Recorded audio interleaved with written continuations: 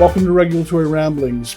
Our topic of discussion today is how citizenship-by-investment passports can be used as money laundering and financial crime facilitators, as well as the corruption involved in such schemes and the sale of diplomatic passports. We live in an age when citizenship is seen as a commodity by those of means, and they're certainly accumulating multiple passports and residency permits, permanent or otherwise, with dispatch as contingency plans for themselves and their families and dependents to keep their options open. The ideal, most sought-after jurisdictions in the developed world and stable societies where rule of law and, in general, places that are safe for one's health, wealth, and personal safety are the most sought after, with passports that are respected in the international community and that afford one the greatest degree of visa-free travel. It should not come as a surprise, therefore, that in the modern age, some of the greatest takers of such schemes are mainland China, India, Russia, and the Middle East. With those means acquiring multiple residency permits and or passports for citizenship, it's worth mentioning that not all passports necessarily confer citizenship. Some are merely travel documents. And people are starting to pay attention and ask, who are these individuals and what's the provenance of their funds? Our guest today, Ken Rijock, is a world-renowned financial crime consultant, former columnist at WorldCheck, once part of the Thomson Reuters family of companies.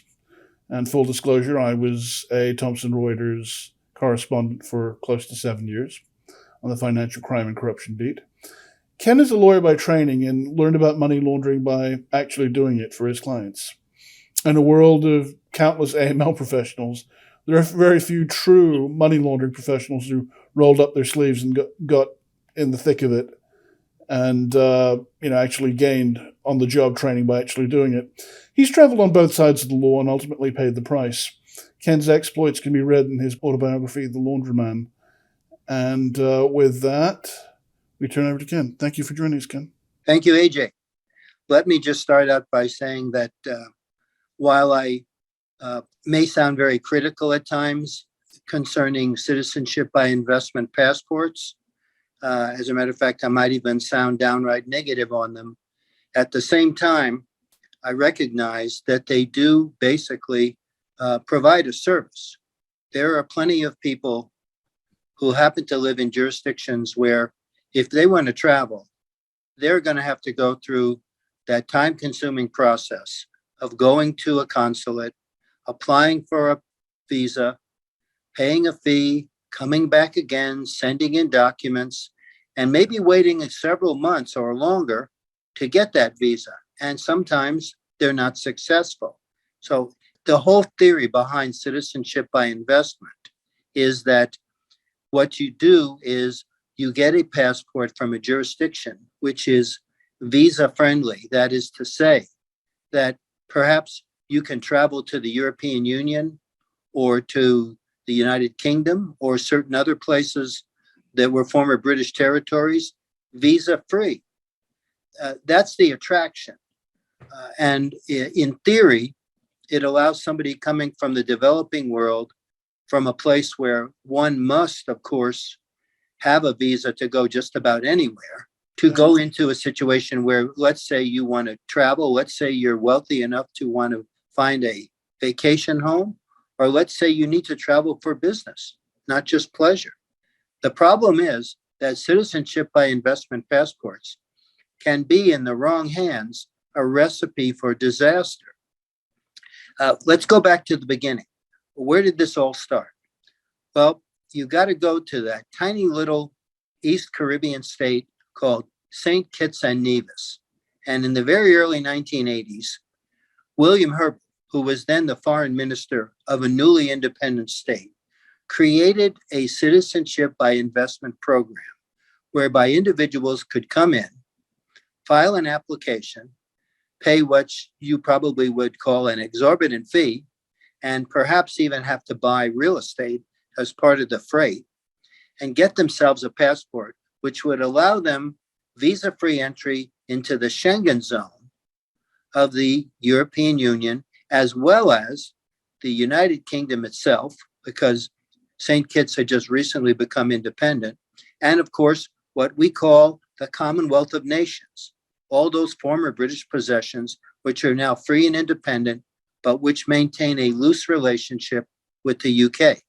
Now, St. Kitts and Nevis, candidly, is an unspoiled backwater.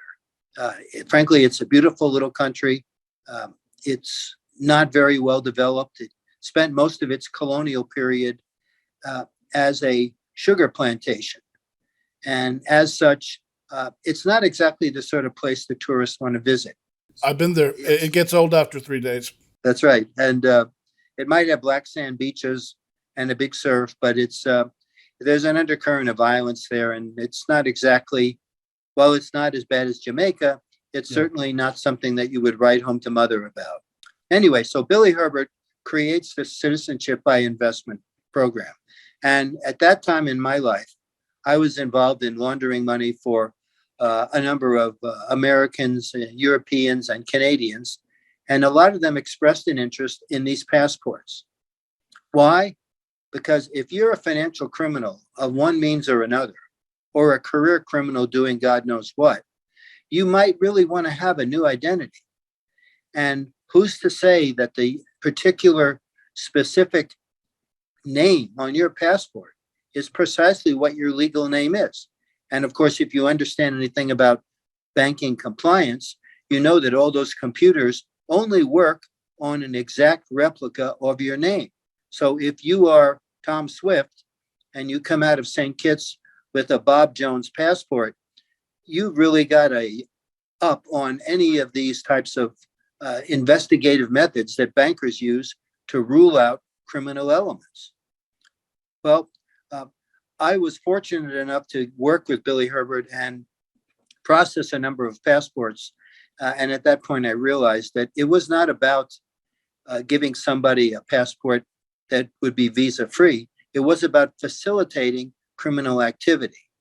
And what's happened between the 1980s and the present day is that now there are 5 East Caribbean states, from St. Kitts in the north to Antigua and Barbuda, to the Commonwealth of Dominica, then down at the bottom, St. Lucia, and finally Grenada, all sell CBI passports. Although they don't always call them that, that's basically what they are. And over the course of the last 20 years, there have been an infinite number of financial criminals, sanctions evaders, intelligence agents, politically exposed persons who are therefore corrupt government officials with dirty money, and the usual suspects of any ilk in the means of financial crimes, all of whom are buying these passports, making some small alteration in their identities, and even purporting to come from those countries. So armed with the passport, with a driver's license, with a utility bill, and everything else that a banker requires, they may end up in your country, opening up a bank account, purporting to be somebody that they're not, and then laundering money in and out. And by the time somebody in law enforcement realizes it, they're long gone, and you're facing a real problem. So what's compliance and legal and the typical MLRO at a bank to do then? Well, the problem is that there is not one of these East Caribbean states that has a compliance program worth a damn. Remember, there's so much money involved in these things, and there's so much greed and corruption, given that these countries, frankly, have a long history of corruption that probably relates back to their British territory days, that they will definitely take any shortcut they can to enjoy the fruits of somebody's passport. That might mean somebody is going to take cash, US dollars under the table to get a passport approved.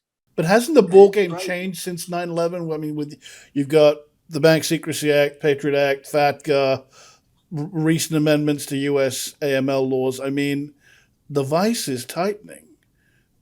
Are they still playing that fast and loose with the rules? They are, because they have their own independent sovereignty. Frankly, the United States and the United Kingdom could not handle the political firestorm for them interfering in the internal affairs of those countries.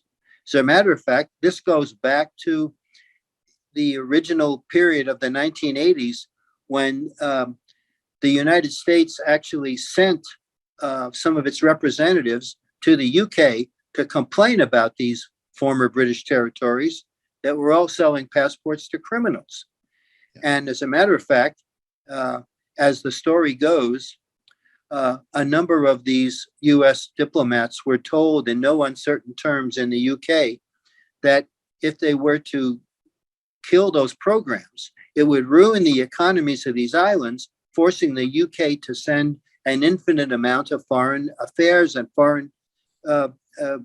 frankly, foreign payments to support those islands. So therefore, for political reasons, the US and the UK pretty much leave hands off because they don't want to be in a position of supporting tiny countries, each of which have huge budgets based upon the fact that, let's say, for example, you have a little country of only 100,000 people.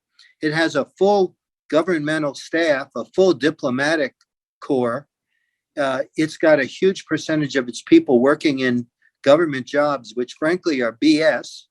And who would want to support that? So therefore, they leave these little countries alone. And of course, they get up to no good. It's a shame, but there's no ready solution other than blacklisting the countries and forbidding your tourists to go there and stop trade. And we know how politically charged the process is of being on the black versus the gray list. But the troubling thing about what you're saying is that the implications are, I mean, and I said this recently to a guest who appeared on the show, that it's long been said that Hong Kong and Macau, what purpose do they serve, really? I mean, that there's no real economic growth here. A lot of it's ticking over. A lot of it's driven by China. These two territories allow you to do what you can't do in China proper, which is money laundering, tax evasion, outflows of foreign exchange above prescribed limits. And of course, in Macau, it's the same, but you've got the added factor of gambling.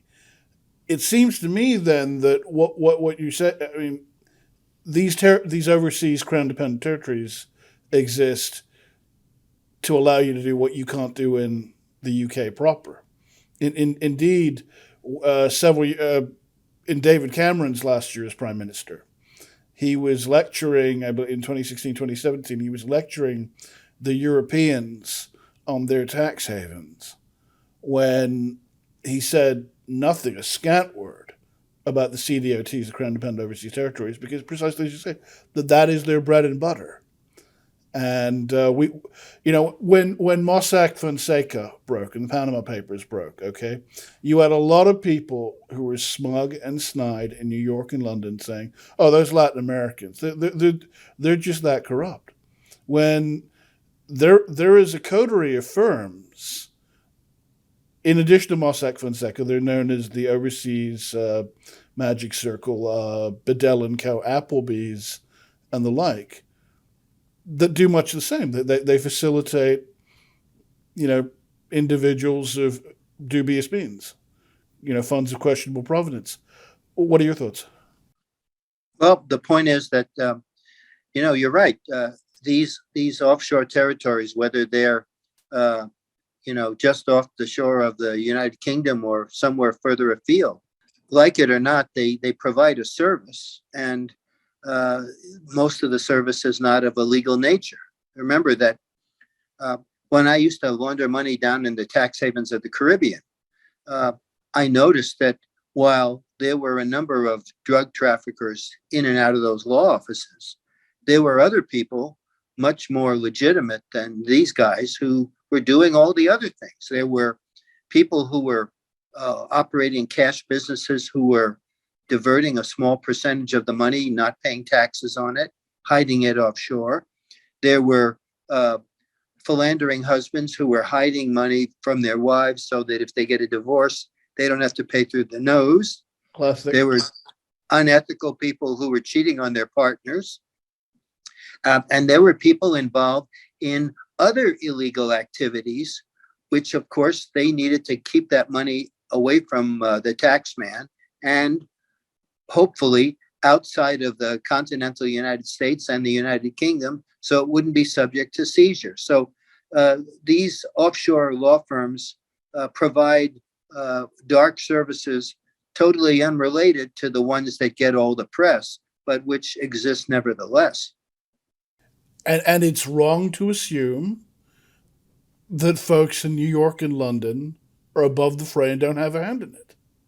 No, and not only that, but all of these smart journalists who like to sting prominent law firms in a lot of places and end up getting hidden camera information about going into a law firm in a prominent Western country and getting candid information on how somebody can hide their assets or cheat the government. It's unfortunate, but we do not operate on a basis where we are strict with our attorney profession or our accountants, for that matter, so long as they don't upset the apple cart. You're right. I've long felt, though, that the impact of the accountants, I mean, Peter Tashian, who used to be a lawyer in Hong Kong and now teaches in the Boston area, one of his remarks to me before he left Hong Kong over a decade ago was, beware the accountants lobby. They are more powerful than the lawyers, because yes, there are powerful law firms in this world, in New York and London and DC. There are power broker lawyers in this world. There are white shoe, magic circle, blue blood law firms in this world. But with the law firms, because there's so many of them, their impact as an industry collectively is, I think, somewhat more diffuse, or certainly there are tiers to the legal profession. With the accountants, though, because it is the big four, the clout that they hold when it comes to lobbying and crafting the right laws, in particular in the wills and trust area, is huge. And by the way, that's an arena that the lawyers over the course of the last century basically ceded to the accountants. And remember that the accountants are anonymous. They are colorless, odorless, and tasteless, and seemingly passed over by everybody, thinking, well, that looks like a rather boring occupation. I don't even want to strike up a conversation with this guy over drinks. A criminal accountant. Because of the depictions of sleazy lawyers, it's easier for them, and Clinton and Nixon, the only two presidents before Trump to get impeached were lawyers. I don't think Nixon got impeached. He resigned before it came to that. But the image of a sleazy lawyer is out there. Not so much with the accountants. They come away smelling like roses. When I was in the money laundering business, there was an accountant in Road Town in the British Virgin Islands named Sean Michael Murphy, an enterprising Irish guy. And I would fly in there. I would literally jump in a bus, go downtown to Road Town, and have him pull a corporation already formed, literally off the shelf, that had been around for a couple of years, take it and run out the door and get back on the plane. And when the authorities finally caught up with Sean Michael Murphy, they gave him immunity. They sent him to some other Caribbean island anonymously after they got all the information from him, allowing him to go his merry way, because he was totally anonymous, and he was the person that you would least expect would be engaged in being involved with narcotics cartels for offshore companies.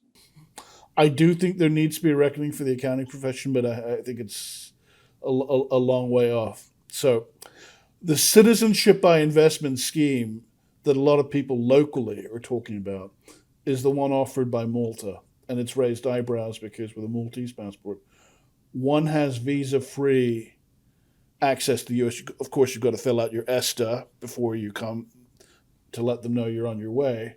But you have visa-free access to the U.S. I think Cyprus had that privilege, but it was revoked. I think possibly because of the large number of Russians, flocking to Cyprus in recent years after the bail-in during the last decade. Yet the Malta program's been in place for a number of years, yet people are raising concerns about such programs now. Why is that? Is it just it's gotten that glaring, it's gotten that obvious that now it's starting to be embarrassing? Well, because in 2013, the Nationalist Party was taken over by the Labour Party came to power. And that was in the infancy of their own CBI program. And frankly, they just went into the business of selling those passports to career criminals, Russians, Iranians, Syrians, North Koreans, They say Iranians are banned. Iranians and Afghans are banned, though. From the Well, program. the point is that what they do is they get somebody from a prohibited country to certify that he doesn't live in Iran anymore. He happens to live in West Germany, of course, which is a fiction, and they do that there. And it has gotten so bad that the European Union is now suing the government of Malta in the European Court of Justice to revoke its program, which probably will go into litigation for a couple of years. But Malta is the only one left since Bulgaria and Cyprus were pushed out of the system. But the European model says that if you're going to have a CBI passport, you got to live there. You got to have connections and ties to that country. Otherwise, it's just a get out of jail free card that lets you into the Schengen zone. You know, that's the problem. The Maltese passport is seen by many people as their entree into the European Union, which it is. So no matter what high risk country you come from, you can get one of those. And the government has become so fat and corrupt. And there's been so much in the way of payments to allow individuals who are totally unsatisfactory that the European Union has just had enough. And I think if they could find a way to throw Malta out of the EU, they would. But unfortunately, there are no such laws that allow it. But the CBI program has become a nightmare for European banks because now when anybody comes in with a Maltese passport, they have to do an enhanced due diligence to find out, are they really Maltese or are they expats who live there or are they maybe Russians or something else? It's a real problem. The other programs, the other passports for sale that are of interest are Cyprus, Nevis and St kits, along with the Spanish and Portuguese residency schemes. I mean, for example, Cash Cash has become like Portugal's Riviera, which is very attractive to well-heeled mainland Chinese individuals. And yeah, I mean, people there that I've spoken to in Cash Cash tell me it's not a big town, it's a mini UN. And you are seeing people with no visible means of support, with funds from questionable sources, uh, people in many instances who are nouveau riche, just appearing, and the background checks are minimal. But remember, these are only residential permits, AJ. Well, let's look at it now from the other side. Let's assume that you're a legitimate person from India who is self-made, has a large amount of wealth, would like to diversify, would like to open up some businesses overseas, would like to have something more for his descendants. And that person, that's the one who's really at risk because what he doesn't realize is that he may be buying a pig and a poke rather than getting some sort of investment for the future. Remember that all of these countries that have CBI passport programs are now or used to be offshore tax havens. And of course, we've talked about who uses those. So in your typical manner, so let's say somebody from Delhi is buying a CBI passport in Dominica.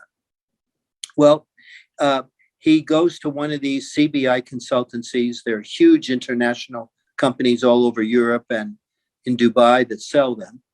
And he talks to some people there who have legal educations. They claim they're legal experts, not necessarily that they're lawyers and that they're not representing the applicant. They're representing the CBI consultancy.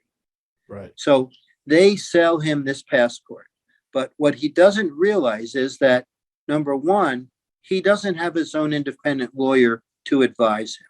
He doesn't know the first thing at all about the legal system and the corruption in the country who he has now become a citizen of. He doesn't know under what circumstances can they revoke his passport and his citizenship. He doesn't know that if he goes into one of these countries and goes into business, will he have a prayer if he has to use the court system versus one of the locals? And more importantly, he doesn't know if he's got a bullseye on his back because that particular jurisdiction is a notorious haven for criminal money laundering, and he may just find himself on a list of an American law enforcement agency or in the UK just by virtue of getting the passport and traveling in and out of that country. Meanwhile, he's never been advised by an independent lawyer. He doesn't know about any of these things. And he's going to find out one day when he opens up the paper and finds out that 17 people with those passports have all been arrested in a huge narcotics scandal in the UK. That's the problem, because those people aren't being served because they are, in their thought of diversifying their citizenship, exposing themselves. That's the real sin here. I mean, they are not shy about ripping off ignorant foreigners in Cyprus and Malta. Multiple people came to me with their stories of them trying to set up businesses in those jurisdictions. And if you get into a situation with the locals, I mean, it's like the UAE, it's like Dubai. You can be damn well sure they're going to side with their own kind. Justice is not blind in these jurisdictions. And the scary thing is, in a lot of these countries, you are required to buy real estate as well as paying for the passport. And a number of the real estate projects have been started but never completed. So here you've paid extra money for a vacation home, which is never completed. All you have is your passport. That's all you get out of it. If you'd stuck to the more conventional OECD, mainstream, safe haven type countries, you'd pay more tax, but you'd get more for your money. Obviously, when they're going through, and I won't name the firms, but when they're going through certain firms, the lawyers at those firms, their loyalty is to the deal. It's not to the client, because they don't have their own lawyer. The other thing that leaps to my mind is that, and often you're dealing with a civil law jurisdiction. So, if you're coming from the common law world, you're in for a rude awakening. The other thing that strikes me is that globalization really spawned this passport trade. That the rules of globalization greatly favor individuals with passports from certain jurisdictions. And so one can't blame, say, the individual from India who wants to pass on some kind of legacy and keep their options open for their descendants. But even still, they get caught in the net by choosing to emigrate to these places. And the thing that I've always wondered about is how do places like Monaco and the UAE, how do they get away with it? I mean, yeah, it's what we call benign neglect. In my travels for WorldCheck, I had an opportunity to go to some of the tax havens that I'd never worked in as a money launderer. And, it was just the way business is done. In one of my travels, I found myself literally going straight uphill to San Marino, where all the other cars were all Italians, all cheating on their taxes. It's just that there has to be a safety valve somewhere for people in your jurisdiction, and somehow they allow it to happen, thinking that it's the lesser of the two evils. For all the talk about high European taxes, certainly in the what we call the Club Med economy countries, Portugal, Italy, Greece, Spain, they've got notorious levels of non-tax compliance, of non-payment of taxes. And then I think so often, you get a reprieve from your taxes, I understand, in Italy. And on that day, you can settle your taxes for, 10 cents on the dollar, 30 cents on the dollar, 40 cents on the dollar. They'd rather get as much into the coffers as quickly as possible. And people rush to City Hall or the town square, the local courthouse, to settle their taxes at a steep discount, because administratively it's deemed that that's better than chasing individuals. And those are the societies that these people are buying their way into. Therefore, we can't just talk about corruption in government or organized crime. I mean, it strikes me that in certain societies, the general population is a good deal more corrupt. Of course, you also have to remember that these offshore financial centers have got different types of clientele that most people wouldn't realize are there. You know that if the United States is going to pay some opposition party leader under the table in the developing world so as to be bringing that person on board as a potential future ally, that they can't just pay him directly. So an intelligence service from one country, well, as a matter of fact, the Central Intelligence Agency used Mossack Fonseca to open up corporations and bank accounts. So who knows where all that money went to and who are the recipients. So there are, unfortunately, certain uses of that dark type of a world that most people won't talk about or aren't aware of, but which exist nevertheless. Remember that we have international sanctions, and these tax havens are the perfect place to go to for sanctions evasion. Remember that the U.S. for decades had sanctions against Cuba, and how on earth were the Cubans going to get consumer goods if they didn't work through tax havens? We should point out then that it isn't just organized crime or individual criminals that are using these institutions in that way. Nation states are using the financial institutions to pay their covert operatives or their agents, their confederates overseas. The lid was lifted on BCCI in I think 91 or 92 when by that point they'd outlived their usefulness. But it was started by a Pakistani gentleman. My late mother was an employee there for a time before she quit. And what came out in the aftermath was they were used to pay U.S. covert operatives overseas. That's right, and a number of present and former CIA agents as directors. And they were instrumental in funneling money to the Mujahideen, I believe, during the Afghan war, given the Pakistani connection.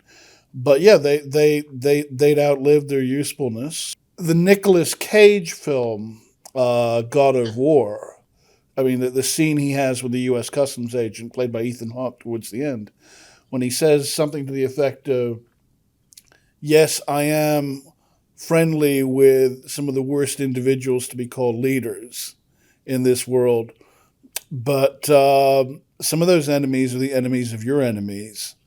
And occasionally you need a freelancer like myself so that when the President of the United States needs a job done and he can't have his fingerprints left all over the place, that's when you need a guy like me. And that your boss, the President of the United States, moves more product in a day than I do in a year. And he said, look, ultimately I know that the day will come where I will have outlived my usefulness and they'll do me in. Well, remember that the movie was basically, a thinly fictionalized version of Victor Boot's life. And while Victor Boot was, of course, an arms trafficker and a vendor of frankly, of war, whether it was in Asia or Africa, there came a time in his life when he had a value to the United States during the Iraq War, and his aviation assets were used extensively to assist in the American war effort. So as such, you're right, it's a gray area in which people filter in and out of being allies or adversaries or a little bit of both. Another individual who was also of use to the U.S. way back then was Adnan Khashoggi, the arms dealer, and I believe uncle of the slain Washington Post columnist Jamal Khashoggi. Well, the problem is you have all these bad actors that are getting a bad rap, but unfortunately behind the curtain, they're not exactly. It's a very gray area. To circle back to the CBI problem, I wrote an article asking, should the European Union, should they cut off the CBI passport holders, because one of the more obtuse offshore tax havens in the Pacific, Vanuatu, lost its ability to have its citizens come visa-free to the Schengen zone because they just weren't doing their job, and they would let just about anybody get one of those passports. So the European Union put up with it for a while, but they are just now saying, no more. Well, if they can do that to Vanuatu, in theory, they can do that to the 5 East Caribbean tax havens. Remember, the UK is no longer part of the European Union, and therefore they're not going to get any flack from Britain. But in the meanwhile, there are career criminals, going to the East Caribbean pell-mell and buying these passports and creating all sorts of problems in Europe. So why not radical solutions, perhaps? But the time has come because, the way that it works is that when, as you know from your own experience, when a client comes into a bank and the compliance officer looks at the person's documents and records and decides whether or not he's low risk and he can be onboarded, or whether or not he's high risk and has to be shown the door, that since somebody can come in with a perfectly legitimate kosher identity that can't be penetrated, that there is no way to protect from what's basically the business of giving passports to career criminals. There's no way around this. I mean, you're going to get a perfectly clean passport and a citizenship with a slightly altered name, with all of the bells and whistles that you need to pass compliance. So if you're going to allow that to go on ad infinitum, then they're just asking for constant trouble, because you can't defend against that kind of money laundering. It's an in and out thing, very fast. And 2 years later, somebody from law enforcement armed with a subpoena comes in the door and shows you how you fail.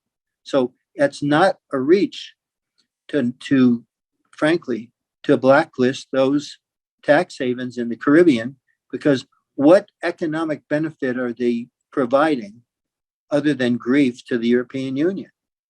When you talk to the average European in the Western European countries that comprise the EU, it citizenship for sale, for the most part, offends their sensibilities.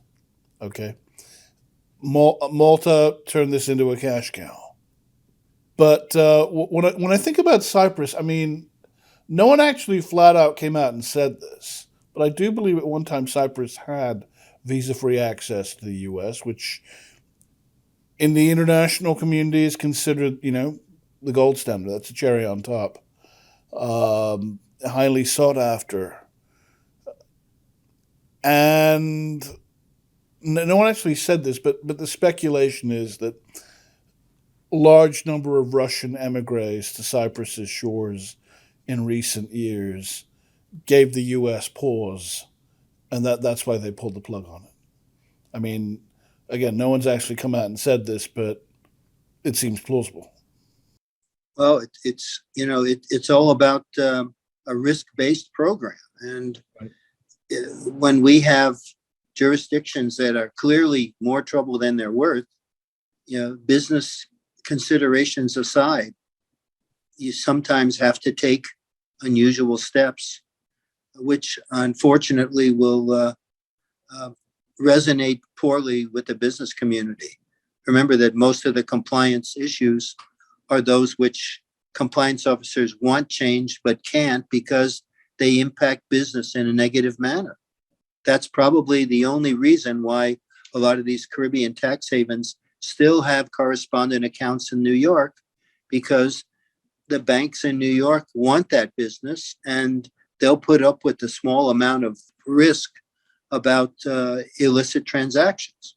We know that modern compliance is a risk weighted proposition, depending on who you are, where you're from, your family, your profession, your industry. You get a certain risk weighting, and you fall into a particular box. in a bank's matrix, and you know the risk proposition of dealing with that many Russians or that many Eastern Europeans was just deemed to be too great. And having come back from Dubai, again, water finds its own level. Money travels through the path of least resistance. These jurisdictions that are ostensibly allies of the West are welcoming these individuals. God knows where their money's from, but there's no shortage of them to be found. That's true. And the CBI passports facilitate all this. You know, the biggest scandal that's been brewing in Malta is a Iranian-owned bank called Pilatus Bank, which for years was involved in laundering money from corrupt government officials in Central Asia, dirty money from Venezuela, and of course, the Iranian owner had a St. Kitts passport, and the CEO, who was also Iranian, he had one from Dominica. So the point is that these transnational criminals employ these passports for the purposes of getting a European bank license. Hey, I'm not Iranian. I'm a Kittitian. Take a look. Remember, it's so corrupt that you can actually get a change in your place of birth on these passports. So I'm from St. Kitts. I was born there. See, it's on my passport. And, think about it. You know that the only time somebody's ever going to be looking at that seriously is if you go to an international bank and there happens to be somebody from the Caribbean in the bank in the compliance department, and they say, wait a minute, that person doesn't have a Caribbean accent. He's going to have a British name and he's going to come in with a Caribbean passport, but he's going to have an Eastern European accent. You know that you're not going to find too many people coming out of Malta who can speak Maltese. You know that. It's like Greek. It's a dying language. But the system would come to a grinding halt if everyone's documents were scrutinized to the nth degree. That's true. That's true. Well, that's why, I hate to say this, but the old methods of compliance are now obsolete. And we're now transitioning to the appropriate use of facial recognition software backed by databases of photographs, which probably in a couple of years will be sufficiently broad that somebody will come in with a St. Kitts passport and he's going to get made for being from, St. Petersburg and 2/5 of a New York second because of the database on the facial recognition software. That's the only way to beat these people. But that has quite not arrived yet. And when it does, maybe they will be making a dent out of crime. Who knows? But that and the new AI-driven programs, which basically tell you that even low-risk people can be money launderers, may make a little bit of a technical difference. But I would just really feel better. I'd sleep better at night if there were no more CBI passports out of the Caribbean and Malta. It would definitely help. If you subscribe to notions of an egalitarian society, it leads to questions of fundamental fairness in the minds of many. But again, democracy is one person, one vote. Capitalism is $1, one vote, and not everyone has the same number of dollars. And most, nation states seem to be at peace with that because think Canada in recent years started to tighten the vice because you had way too many Chinese people coming in. Again, funds of questionable origins. But that wasn't what did in the initial program into, I think, Toronto or Vancouver. It was when it starts to alter the society, when it starts to alter the cost price structure for everyone in that society. And again, it leads to questions of fundamental fairness because how much are these people paying in taxes? And then, while we don't want to think about it, look at it from the Chinese government side, where they have got an infinite number of tax cheats all around the world, and they want to claw them back, which creates all these human rights issues in the West. The more recent revelations about unofficial Chinese police stations in Europe and North America is driving people crazy. But there are programs that the Chinese are using to, by hook or by crook, get the tax cheats back home, because if they don't come home, their relatives are going to end up in prison at home. Something I remember Henry Kissinger saying in one of his books in the 70s: a revolutionary force doesn't recognize existing norms. So when I see this number of Russians and Chinese in a place like Dubai and all the things they're offering, golden visa, high net worth visa, talent visa, residency through real estate, multiple avenues for people with means to get in. Okay, they're bringing in talent, they're bringing in diversity. They don't want their economy being dominated by South Asian. That's a complaint. They want to diversify their demographics. Okay, fair point. They want to bring in talent. They want to bring in capital. But in the desire to grow as much as they want, some might say compliance is taking a backseat. That they're not filtering the concepts of enhanced due diligence and KYC are just turning into buzzwords, acronyms, uh, things you do in a perfunctory way on a checklist, and then that's done. They're not going to change it. No, they won't change it until and unless they reach a critical mass where they have attracted enough illicit capital, so they're starting to look like on the plus side of the ledger, and as such, maybe they can defray a lot of that debt that they incurred in the beginning, and they may later. Remember, in the United States, during the Prohibition period, there was a huge number of illicit profit. But then later on, a lot of those people who were suffered and allowed to operate criminal enterprises found themselves locked up when it reached a point where they were interfering with the economy, when they could pay for a Rolls Royce, when they could raise the price of an apartment building so that a legitimate buyer couldn't buy it.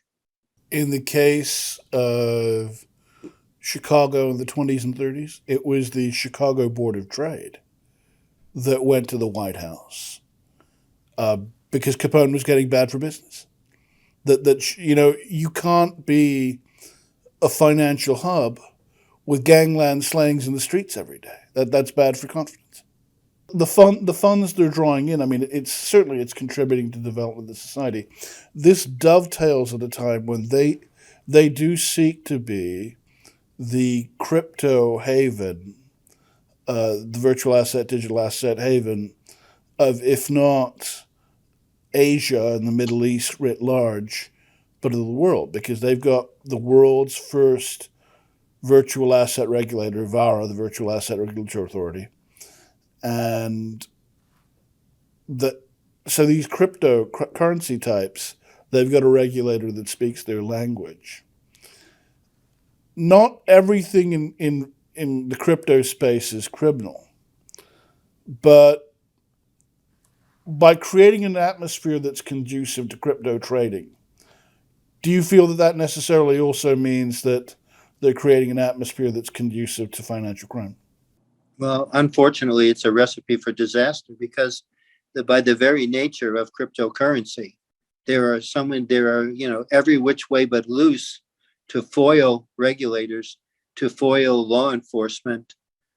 And remember, it's first of all the volatility and the fact that it has no intrinsic value except to a ready, willing, and able purchaser creates such a climate of craziness that it's going to attract a criminal element who thrives and lives in that world.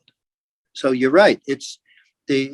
While most people would probably say, well, crypto might be a little wild and it's got some people on the fringe, but it's probably bigger than that, because it's been seized upon from the very beginning by the global criminal element as a means of successfully laundering money, not to mention the risk level. Who else would put up with that level of risk but criminals who have money to burn? So you're right. It's a problem. Here in the United States, I wouldn't be surprised if you're going to start to see over-regulation here, meaning that we may end up regulating some of it out of existence. We're arresting participants left and right here. It's become a threat to the basically to the law enforcement community. They're deeming it that. So that might sound very provincial, but It doesn't sound provincial. I'll tell you, right now, crypto in the UAE and elsewhere is seen as something the conventional wisdom seems to be, and they've done a hell of a job marketing and bringing a lot of people around to their point of view. It's great. It's glorious. It's the wave of the future. You've got to get on board now. Bandwagon effect. You don't want to be left out. You've got to come on board now, and you can't fight progress. And even the banks are getting in on it. When I started covering this, and not to brag, I was one of the first journalists in Hong Kong to do so. It was 2013, and look, we're all subject to our biases, okay? I was on the financial crime anti-corruption beat. So I was looking at it from the perspective of AML. This is not long after I joined Thomson Reuters. And at that time, the narrative was those using crypto may be up to no good, and those mining crypto, again, who are these individuals buying these vast, powerful computers that they were putting in their garages and mining coins. I mean, at that point, you could still do that. The energy cost wasn't as great. Who are these individuals? What's their background? What's the source of their wealth? What's the source of their funds? That was the question that was being asked. And at the first Hong Kong Bitcoin event in 2014, I shared with the audience, I was on the regulatory panel, and I shared with the audience, look, there's a cadre of former Hong Kong police force, superintendents, senior inspectors, assistant commissioners.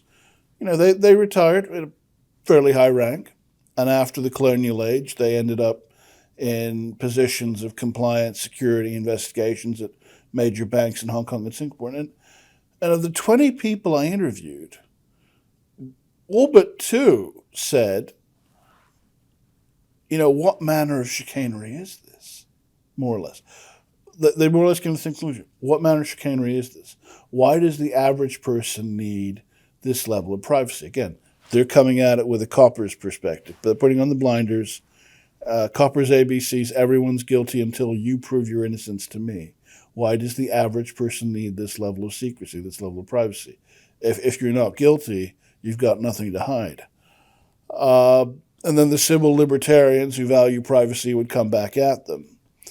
So that was the prevailing narrative, and certainly when you're talking to law enforcement and intelligence types, many of them still view it through that prism. And the mainstream, the general public may have shared many of those views, but now it seems that maybe not the majority, but a sizable minority of the general population has come round to the perspective of the people in crypto. Maybe not least because they've seen the gains that have been made. Up until recently, it's taken a beating, but a lot of people were fortunate to get in on the ground level when it cost next to nothing. They saw tremendous appreciation. I mean, I can tell you from some of the families that I've seen in the Indian community in Dubai, yeah, I know people that have gone from working or middle class to the level of the wealthy. But at the same time, though, AJ, there have been people who have been defrauded, Correct. lost their life savings, become addicted to it, just like somebody who's involved in gambling, and have taken it on the chin because of their dream of wealth and success.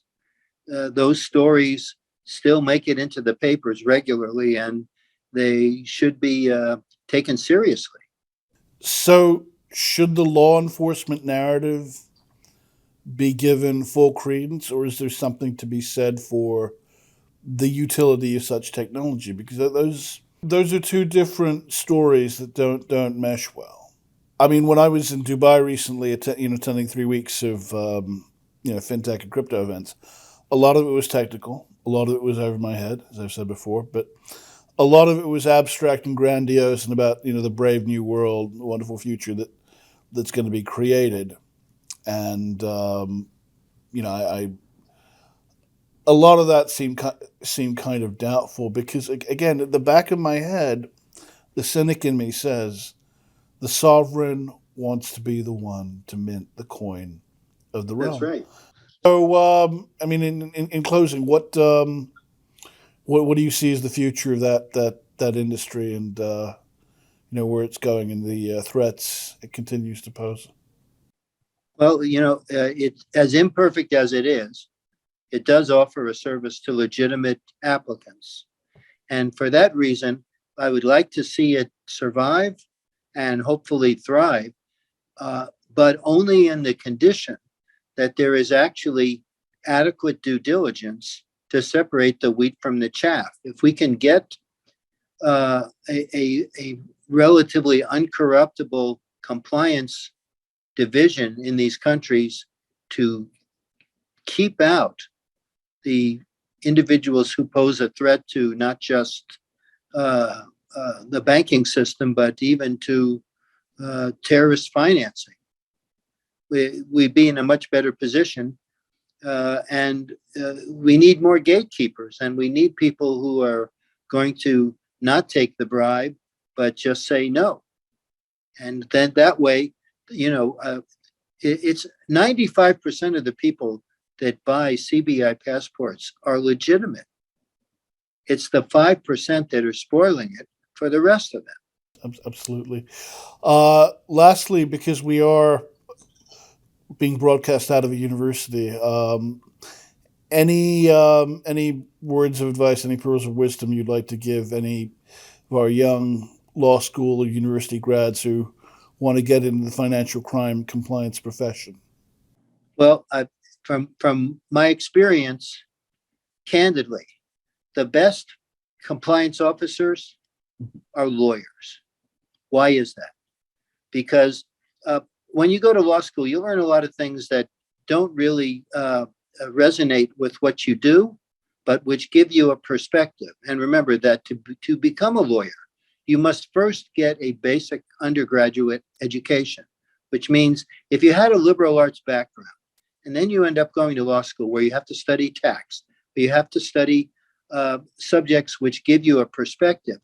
That's why so many compliance directors in the US happen to be attorneys. Not that you can't be a good compliance officer without being one, but it's a major plus for promotion purposes. And also, it makes you more well-rounded, because to be a compliance officer, candidly, you need to be a Renaissance person. You need to know about geography. You need to understand a little bit about accounting. And you have to know how the financial world works, hopefully because maybe you worked there once. So if you're well-rounded, you're going to look at everything with not a jaded eye, but a critical eye. And as such, you're not just going to check the box and close the file and go home. You're going to go the extra yard. You're going to upgrade your due diligence sometimes to enhanced due diligence, and you're going to catch the bad guys. Thank you. Thank you. We appreciated your time, and we hope you'll come back again.